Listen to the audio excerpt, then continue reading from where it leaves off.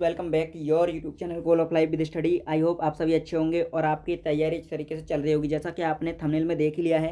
आज हम बात करने वाले हैं और आज हम शुरू करने एक नई सीरीज़ जो कि हमारी नीट के एग्ज़ाम के लिए होने वाली। नीट के साथ साथ आप यदि CUET या फिर किसी भी एंट्रेंस एग्जाम की तैयारी कर रहे हैं जिसमें बायोलॉजी आपसे पूछी जाती है, तो ये जो सीरीज़ आपके लिए बहुत ही महत्वपूर्ण होने वाली है। हम सीरीज चलाने वाले हैं और इस सीरीज में हम जो एक लेसन होगा हमारा उसको 2 से 3 या 3 से 4 वीडियो के अंतर्गत कंप्लीट करेंगे। और जब तक आपका एग्जाम होने वाला है नीट का एग्जाम, तब तक हम कोशिश करेंगे बायोलॉजी के अधिक से अधिक लेसन जो कंप्लीट हो सकें। और यदि आप ये जो नोट्स हैं इन नोट्स को PDF फॉर्म में प्राप्त करना चाहते हैं तो आप हमें टेलीग्राम पर सर्च कर सकते हैं goal of life with study के नाम से, या फिर बायोलॉजी बाई BS मौर्य के नाम से। वहाँ पे आप सर्च कर सकते हैं, वहाँ आप ये नोट्स PDF फॉर्म में प्राप्त कर सकते हैं और अपनी तैयारी कर सकते हैं।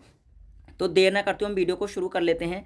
तो जैसा कि आपने थंबनेल में देख लिया है, आज हम बात करेंगे sexual reproduction in flooring plants. जो पहला लेसन है हमारा उसको हम बेसिक से समझेंगे।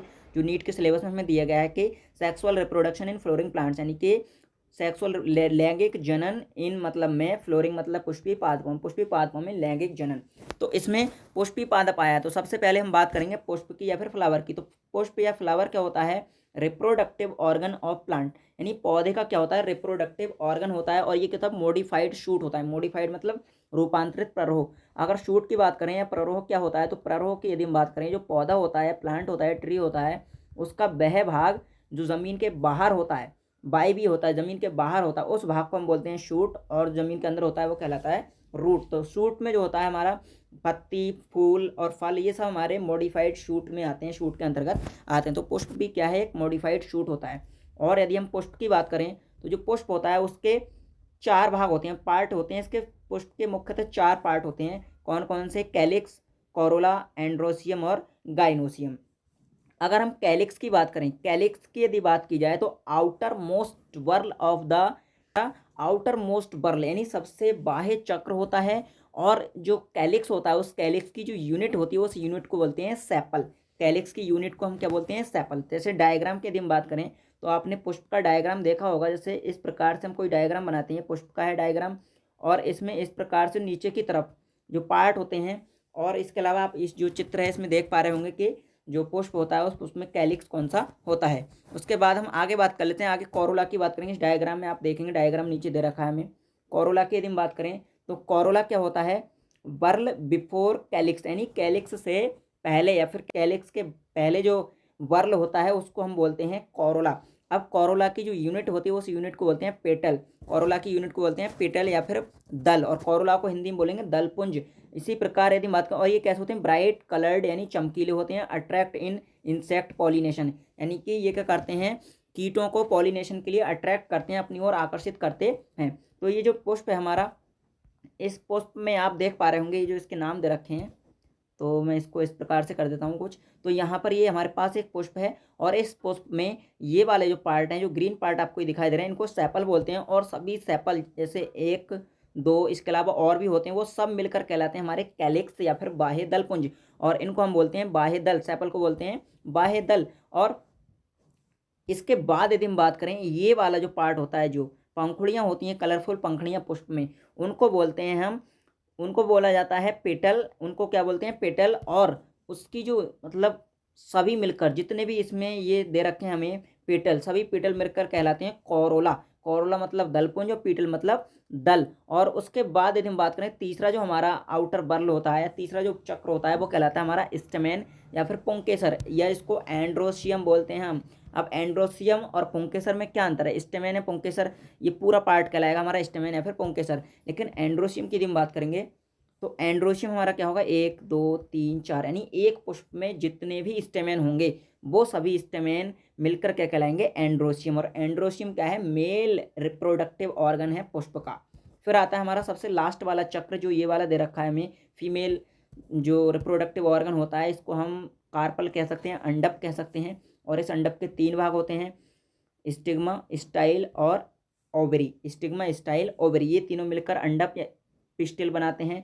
और एक पुष्प में जितने अंडप या पिस्टिल पाए जाते हैं उन सभी पिस्टिल को मिलाकर हम बोलते हैं गाइनोशियम। क्या बोलते हैं?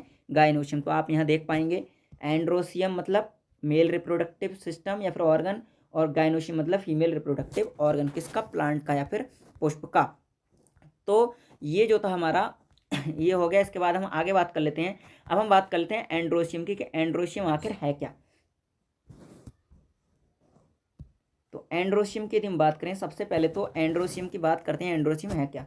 तो एंड्रोशियम क्या है, बर्ल ऑफ स्टेमेन, यानी कि स्टेमेन जो होते हैं उन स्टेमेन का समूह, पुंकेसर का समूह। पुंकेसर का समूह क्या कहलाता है, स्टेमेन का समूह कहलाता है एंड्रोशियम।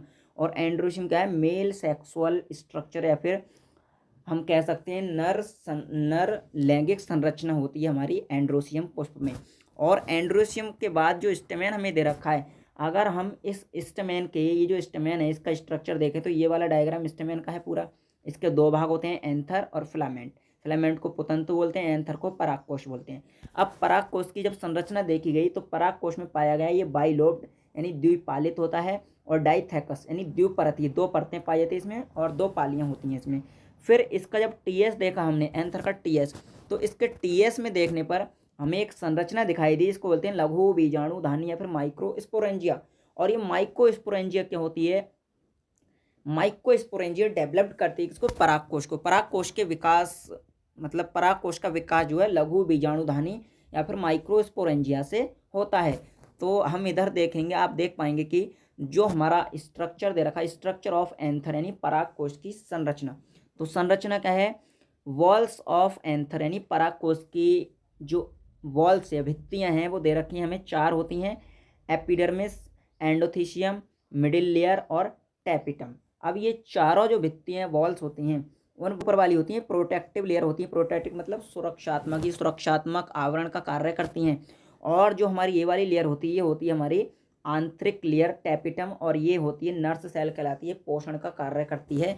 ये माइक्रोस्पोर मदर सेल को पोषण प्रदान करती है। तो टैपिटम के संबंध में कुछ पॉइंट देख लेते हैं हम। टैपिटम, तो टैपिटम क्या है, सबसे भीतरी परत होती है, इनर मोस्ट मेम्ब्रेन या लेयर। और इसकी यदि हम बात करें, इसमें जो साइटोप्लाज्म होता है वो अधिक होता है, और ये न्यूट्रिटिव या पोषण प्रदान करती है, न्यूट्रिशन या पोषण प्रदान करती है। बहुगुणिता दर्शाती है, पॉलीप्लॉइडी यानी इसमें बहुत ज़्यादा जो नंबर ऑफ क्रोमोसोम्स हैं, साइट्स हैं, वो देखने को मिलते हैं। एपीडी इस तरह ये दर्शाती है। और एप्लीकेशन की यदि हम बात करें, इसका जो कार्य होता है, इसका उपयोग क्या होता है, ये करती है पोषण प्रदान करने का कार्य करती है। तो टैपिटम को इसलिए नर्स सेल बोला जाता है। और क्वेश्चन आ सकता है परागकोश की टैपिटम का मुख्य कार्य क्या है और ये कैसी होती है, मतलब बहुगुणितता दर्शाती है या फिर अगुणित होती है, द्विगुणित होती है। तो ये होती है बहुगुणित।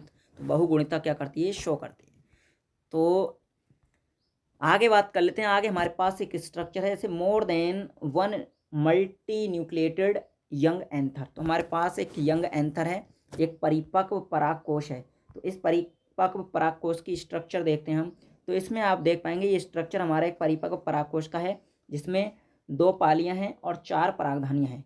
तो ये वाली जो लेयर है एपिडर्मिस है, इसके बाद एंडोथीशियम है और कनेक्टिव है यहाँ पर। और फिर इसके बाद यदि हम बात करें, ये हमें दे रखे हैं होमोजीनस सेल्स हैं, ग्रुप ऑफ होमोजीनस सेल्स। और ये क्या करती हैं, स्पोरोजीनस टिश्यू का निर्माण करती हैं, स्पोरोजीनस या फिर बीजाणु जनक ऊतक का निर्माण करती हैं, जो 2n होता है, जो कैसा होता है 2n होता है।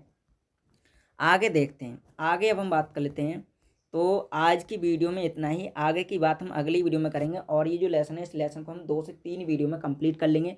और यदि आप भी नीट की तैयारी कर रहे हैं तो आप हमारे साथ जुड़ सकते हैं। और ये जो नोट्स हैं, इन नोट्स को यदि आप PDF फॉर्म में प्राप्त करना चाहते हैं तो आप हमें टेलीग्राम पर सर्च कर सकते हैं, goal of life with study या फिर बायोलॉजी बाय BS मौर्य, इसके नाम से आप सर्च कर सकते हैं। वहाँ आप मैसेज कर सकते हैं, उसके बाद ये नोट्स हम आपको प्रोवाइड करा देंगे। तो आज की वीडियो में इतना ही, मिलते हैं अगली वीडियो में, तब तक के लिए धन्यवाद। जय हिंद।